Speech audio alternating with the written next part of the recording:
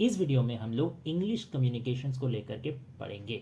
इसका जो पहला ब्लॉक है, पहला chapter, that is types of communication, वो इस वीडियो में हम लोग जानेंगे कि कितने तरीके के कम्युनिकेशंस होते हैं, उसके कैटेगरीज एंड उनके एग्जाम्पल के साथ। आप लोग का KNU का सेमेस्टर 3 का जो AEC वाला पेपर है इंग्लिश कम्युनिकेशन, उसी के ऊपर हम लोग वीडियो बना रहे हैं। इसके बाद एक दो और वीडियो बनाएंगे, तो जुड़े रहिएगा, ओके।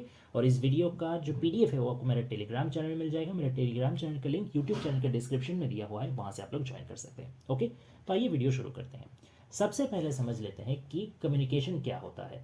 कम्युनिकेशन को बहुत मैं अगर ईजी वर्ड में बताऊं तो that is nothing but exchange of ideas. ठीक है, आपके मन में दो यहाँ पे एंड यूज़र्स होने चाहिए।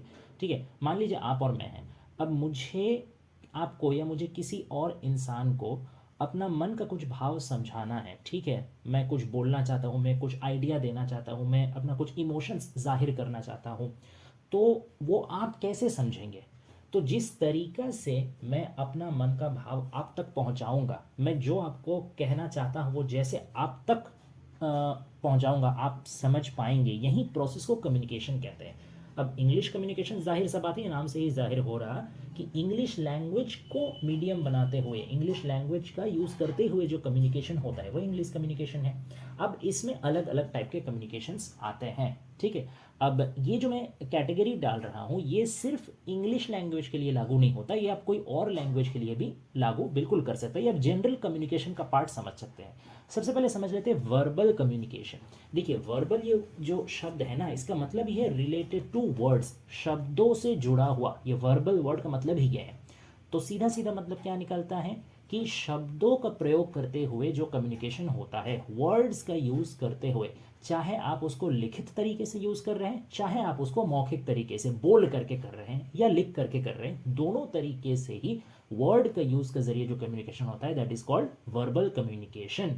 ठीक है, अब इसका दो टाइप का कैटेगरी होता है। एक होता है आपका ओरल। ठीक है, आप स्पीकिंग कह सकते हैं, यानी आप मुंह से बोल करके, मुंह से शब्दों का उच्चारण करके जो कम्युनिकेशन करते हैं, that falls under the category of speaking और ओरल कम्युनिकेशन।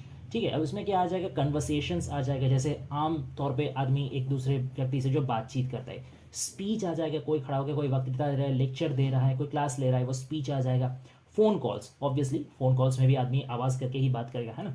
तो ये सब चीज़ आपका आ जाएगा, या वॉइस नोट जैसा आजकल कोई भेजता है। ठीक है, पॉडकास्ट जो आजकल होता है, ये सब चीज़ भी आपका स्पीकिंग यानी ओरल कम्युनिकेशन के अंडर आ जाएगा। फिर आ जाता है रिटन या राइटिंग, जैसे भी आप बोले।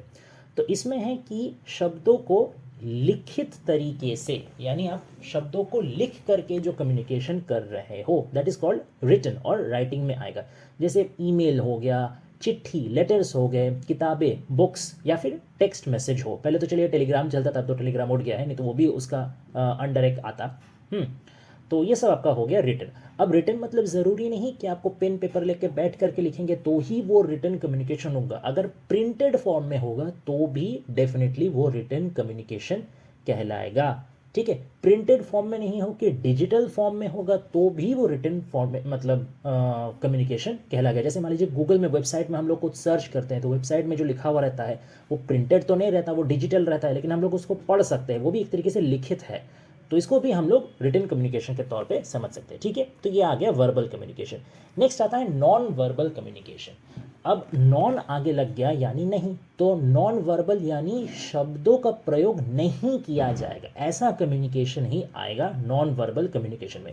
अब जाहिर सा बात है, सबसे पहले आपको जहन में सवाल आएगा कि अगर शब्दों का ही प्रयोग नहीं किया जाए तो मैं कैसे अपने मन का भाव या मैं जो समझाना चाहता हूँ वो दूसरे तक कैसे मैं पहुँचाऊँगा? अगर मैं शब्दों का प्रयोग ही ना करूँ, ना तो मैं शब्द उच्चारण करूँ, ना तो मैं शब्द लिखूँ। Is it possible?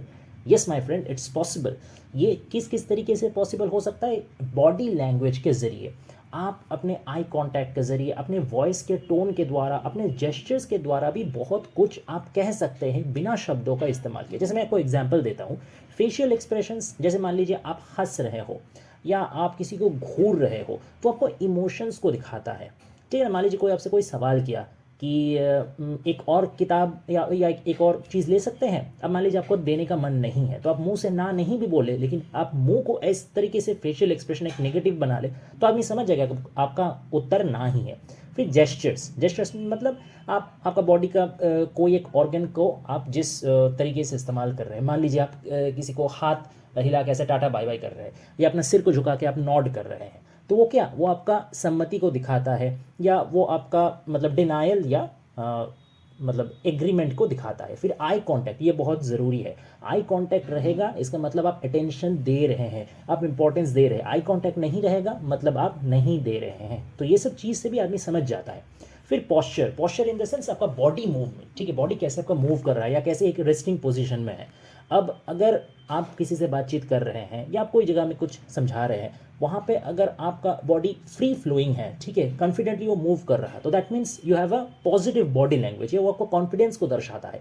या आप अगर कभी नर्वस भी होंगे ना, तो वो भी आपका पॉस्चर से पता चल जाएगा। किसी किसी को गंदा आदत होता है नाखून चिबाने का, ठीक है, किसी को कोई और सिर खुजाएगा, कोई बहुत ज़्यादा हाथ पैर चलाने लगता है, तो ये सब चीज़ से पता चल जाता है कि उसका कॉन्फिडेंस या नर्वसनेस दोनों ही। फिर टोन ऑफ वॉइस, इससे भी आपका कॉन्फिडेंस पता चलता है कि आपका टोन ऑफ वॉइस कैसा है, ठीक है, बढ़िया फ्लेक्सिबल है या नहीं, या फिर वो थोड़ा सा ऊंच नीच हो जा रहा, तो आपका कॉन्फिडेंस को दर्शाता है। तो ये सब चीज़ हो गया जहाँ शब्दों के बगैर भी आप कम्युनिकेशन कर सकते हैं। So all of this comes under non verbal communication. फिर आ जाता है पर्सनल कम्युनिकेशन। तो इस वर्ड से आप समझ पा रहे हैं कि ये इन पर्सन कम्युनिकेशन है, यानी एक व्यक्ति से दूसरे व्यक्ति के बीच में जो कम्युनिकेशन होता है, that is called personal communication. ठीक है, अब ये पर्सनल कम्युनिकेशन वर्बल भी हो सकते हैं, नॉन वर्बल भी हो सकते हैं, यानी आप शब्दों के द्वारा भी यूज़ करके दूसरे व्यक्ति तक अपना मन का भाव पहुंचा सकते हैं, या सिर्फ अपना बॉडी लैंग्वेज यूज़ करके भी पहुंचा सकते हैं। ये मैन टू मैन है, one person to another person. Okay, अब इसमें क्या क्या चीज़ आ सकता है, जैसे कॉन्वर्सेशंस आ जाएगा, आप अपने दोस्तों से बात कर रहे हैं, फैमिली से बात कर रहे हैं, कोई जान पहचान से बात कर रहे हैं। फिर फ़ोन कॉल्स हो गया, वीडियो चैट्स हो गया, ये सभी आपका पर्सनल में आ जाएगा। बट शर्त क्या है कि एक व्यक्ति से होए, ठीक है, आपका परिचित कोई एक व्यक्ति से हो, that is called one person, that is called आपका पर्सनल कम्युनिकेशन। ठीक है, अब मान लीजिए आप ढेर सारे व्यक्ति एक साथ बैठ करके डिस्कशन कर रहे हैं, तो वो ग्रुप डिस्कशन कहलाएगा वो, लेकिन पर्सनल कम्युनिकेशन नहीं रहेगा क्योंकि वो एक व्यक्ति तक सीमित नहीं है। इस चीज़ को ध्यान रखिएगा। फिर टेक्स्ट मैसेज या पर्सनल ईमेल, ऑब्वियसली जो आप एक बल्क मतलब एड्रेसी को नहीं कर रहे हैं, पर्सनल तौर पे कर रहे हैं। और फेस टू फेस इंटरेक्शन, यानी सामने बैठ करके बातचीत, तो इसमें तो आपका ऑब्वियसली बॉडी लैंग्वेज जो है वो भी काम आएगा, और आप जो शब्द का यूज़ कर रहे हैं वो भी काम आएगा, दोनों आ जाएगा। नेक्स्ट आ जाते हैं सोशल कम्युनिकेशन। मैंने अभी थोड़ा देर पहले आपको ग्रुप डिस्कशन का एग्जांपल दिया ना, वो आ जाएगा सोशल कम्युनिकेशन में। तो सोशल कम्युनिकेशन बेसिकली है क्या? ऐसा एक कम्युनिकेशन जो आप सोशल सेटिंग में, सोशल ग्राउंड में करते हो, और सोसाइटी मतलब ही एक से ज़्यादा व्यक्ति, है ना। तो आप इसका पर्सनल का ऑपोजिट तौर से इसको ले सकते हो कि जहाँ पे आप एक ही साथ मोर देन वन पीपल के साथ आप कम्युनिकेट कर रहे हो, that on a social scale, on a social background, that is called social communication. ठीक है, जैसे यहाँ पे आपका पब्लिक स्पीकिंग आ जाएगा, ठीक है, फिर मान लीजिए आप ग्रुप डिस्कशन कर रहे हैं, वो आ जाएगा। तो ये सब चीज़ सोशल कम्युनिकेशन में आता है। और सोशल कम्युनिकेशन अगर किसी का स्किल उसका अच्छा है, तो वो आदमी से पर्सन से कांटेक्ट बहुत जल्दी कर सकेगा, कनेक्ट बहुत जल्दी कर सकेगा, उसको समझ सकेगा, उसको कुछ चीज़ समझा भी सकेगा। तो ये सोशल कम्युनिकेशन अगर किसी का अच्छा है तो वो काफ़ी इसका फ़ायदा उठा सकता है, अपने पर्सनल फील्ड से भी उठा सकता है, अपना करियरिस्टिक फील्ड से भी उठा सकता है। और अगेन सोशल कम्युनिकेशन भी वर्बल और नॉन वर्बल दोनों तरीके से ही होते हैं। जैसे कुछ कुछ एग्जांपल मैं आपको देता हूँ। कुछ जैसे मान लीजिए कोई सोशल इवेंट हो रहा है, ठीक है, कोई मान लीजिए कोई सांस्कृतिक कोई अनुष्ठान हो रहा है, या किसी का इनविटेशन है, किसी का बर्थडे पार्टी, किसी का शादी है, वहाँ पे जाके आप कुछ कन्वर्सेशंस कर रहे हो ग्रुप में, तो that will be an social communication. फिर आप ग्रुप डिस्कशंस कर रहे हैं, मीटिंग्स कर रहे हैं, वो भी सोशल कम्युनिकेशन है। अच्छा, सबसे जो इंपॉर्टेंट या सबसे आज का जो चल रहा है trending, that is social media interaction. Social media तो आप जानते ही होंगे, जैसे यूट्यूब हो गया, फेसबुक हो गया, व्हाट्सएप हो गया, इंस्टाग्राम हो गया, ये सब वगैरह है सोशल मीडिया। ठीक है, तो यहाँ पे आप जो इंटरेक्शन कर रहे हैं, यानी कि आप कमेंट कर रहे हैं, आप लाइक कर रहे हैं, आप शेयर कर रहे हैं, आप मैसेज कर रहे हैं, ये सब चीज़ क्या आ जाएगा? Social media interaction. ये सब भी आपका सोशल कम्युनिकेशन हुआ। यहाँ पे सिर्फ आप एक व्यक्ति से नहीं, एक से ज़्यादा से जुड़ रहे हैं एक ही वक्त में। और पब्लिक स्पीकिंग, ये तो हमने सबसे पहले ही बताया कि आप कोई प्रेजेंटेशन दे रहे हैं, ठीक है, आप कोई लेक्चर दे रहे हैं, आप कोई पब्लिक स्पीकिंग कर रहे हैं, तो that will be social communication. ठीक है, अब आखिरी टाइप जो है बिजनेस कम्युनिकेशन, उसको ही बता करके हम लोग आज का वीडियो यहाँ समाप्त करेंगे, आगे का नेक्स्ट पार्ट में देखेंगे। तो बिजनेस कम्युनिकेशन नाम से ही आप समझ पा रहे होंगे कि जो कम्युनिकेशन बिजनेस पर्पस से होता है, जैसे आपको कोई इन्फॉर्मेशन शेयर करना है, आपको कुछ आइडिया शेयर करना है, आपको कुछ मैसेज भेजना है, लेकिन शर्त क्या है कि वो ना तो आप कोई नॉर्मल अपने जान पहचाने व्यक्ति के साथ करोगे, ना तो आप कोई नॉर्मल सोशल ग्रुप में करोगे, वो आप बिजनेस ग्रुप में करोगे, बिजनेस पर्सन के साथ करोगे, बिजनेस पर्पज से करोगे, तब वो हो जाएगा बिजनेस कम्युनिकेशन। ये स्ट्रिक्टली प्रोफेशनल होता है। पर्सनल आपका जो कम्युनिकेशन हो जाता है या सोशल कम्युनिकेशन भी कुछ कुछ क्षेत्र विशेष में वो आपका कैजुअल हो सकता है, इनफॉर्मल हो सकता है, बट बिजनेस कम्युनिकेशन आपका कभी भी इनफॉर्मल नहीं होगा, ये स्ट्रिक्टली फॉर्मल होगा, इसका टोन प्रोफेशनल होगा, इसमें आपको कुछ रूल्स रेगुलेशंस मेंटेन करके चलने होंगे क्योंकि ये बिजनेस पर्पस में है। तो इसमें डिसिप्लिन बहुत ज़्यादा, डिसिप्लिन और एटिकेट बहुत मायने रखते हैं। और एक चीज़ और यहाँ पे मायने रखता है कि इसका पर्पस क्या है, बिजनेस लिंक्ड। तो या तो यहाँ पे प्रोडक्टिविटी बढ़ाना आपका पर्पस होगा, या फिर कंपनी का टारगेट पूरा करना आपका पर्पस होगा, या फिर कोई चीज़ में कंपनी का कुछ समस्या हो रहा, कोई बिजनेस प्रॉब्लम है, उसको कैसे सॉल्व किया जाए, वो एजेंडा होगा, वो प्रोपेगेंडा होगा। तो इस तरीके का जो चीज़ कम्युनिकेशन है वो बिजनेस कम्युनिकेशन में आ जाएगा। और अगेन बिजनेस कम्युनिकेशन वर्बल भी हो सकते हैं और नॉन वर्बल भी हो सकते हैं। नॉन वर्बल यानी वही आपका बॉडी लैंग्वेज और फेशियल एक्सप्रेशन, ठीक है। यहाँ तक कि मैं तो बोलूँगा कि बिजनेस कम्युनिकेशन में आपका नॉन वर्बल पार्ट ज़्यादा मायने रखते हैं, क्योंकि आप किसी को अगर बिजनेस के लिए अप्रोच कर रहे हो, क्लाइंट डीलिंग कर रहे हो, कस्टमर डीलिंग कर रहे हो,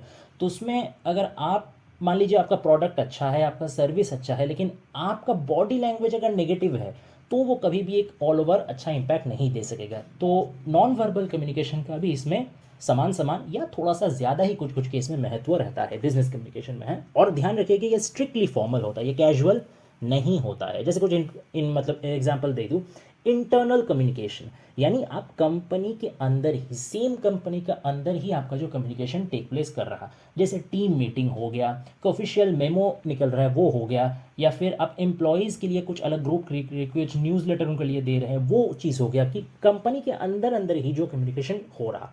एक होता है एक्सटर्नल कम्युनिकेशन, वो आप कंपनी के बाहर जो कम्युनिकेशन हो रहा है, मतलब कंपनी का अंदर से कंपनी का बाहर का कोई व्यक्ति का या कोई ग्रुप का जो कम्युनिकेशन हो रहा है, जैसे मान लीजिए क्लाइंट के साथ, कस्टमर के साथ, सप्लायर के साथ, और भी कोई कंपटीटर के साथ भी हो सकता है, तो दैट इज एक्सटर्नल कम्युनिकेशन, ठीक है। अच्छा, फिर फॉर्मल कम्युनिकेशन, ये क्या, जैसे कोई भी आपका official and formal rule bind जो चीज़ हो गया, जैसे रिपोर्ट हो सकता है, कॉन्ट्रैक्ट हो सकता है, कोई प्रेजेंटेशन हो सकता है, ठीक है, कोई प्रोजेक्ट हो सकता है, ये सब फॉर्मल कम्युनिकेशन। और last but not the least that is informal communication. Informal यानी जो आपका रूल बाइंड नहीं है, जो स्ट्रिक्टली प्रोफेशनल नहीं है, जैसे हम नॉर्मल कैजुअल कुछ कन्वर्सेशन हो गया एम्प्लॉयज़ के बीच में अपना, जैसे मान लीजिए लंच ब्रेक में हो गया, या कोई और अपने में वो लोग कुछ बातचीत कर रहे हैं बिजनेस से रिलेटेड, नॉर्मल कैजुअल वे में, that is called informal communication, ठीक है। अच्छा, एक चीज़ यहाँ पे ये सोचना आपका ज़रूरी है कि वहीं बिजनेस रिलेटेड लेकिन होना चाहिए। अब मान लीजिए कोई कंपनी में दो व्यक्ति काम कर रहा है, लंच ब्रेक में वो दोनों अपने घर के झमेला लेकर बातचीत कर रहे हैं, तो वो बिजनेस कम्युनिकेशन नहीं कहलाएगा। अगर बिजनेस रिलेटेड ही कोई चीज़ वो लोग कैजुअली कर रहे हैं अपना हिसाब से, तब वो बिजनेस कम्युनिकेशन का अंडर आएगा, ठीक है। लेकिन अगर वो अपना मतलब घरेलू जीवन यापन का कोई बात कर रहे हैं, तब वो पर्सनल कम्युनिकेशन कहने का, तब वो बिजनेस कम्युनिकेशन नहीं कहलाएगा। तो ये चीज़ थोड़ा ध्यान में रखने की ज़रूरत है, ठीक है। तो ये था कुछ types of main types of communication. आशा करते हैं आपको समझ में आया होगा। नेक्स्ट और भी जो वीडियोस है वो एक दो पार्ट में और मैं लाऊंगा, तो स्टे ट्यून प्लीज़। और अगर वीडियो पसंद आए तो लाइक शेयर और सब्सक्राइब कर दीजिएगा। और कोई और भी टॉपिक में वीडियो चाहिए हो तो प्लीज़ कमेंट डाउन कर दीजिएगा, हम लोग उसमें जल्दी से जल्दी वीडियो बना के डालेंगे। Thanks for watching guys, please stay tune.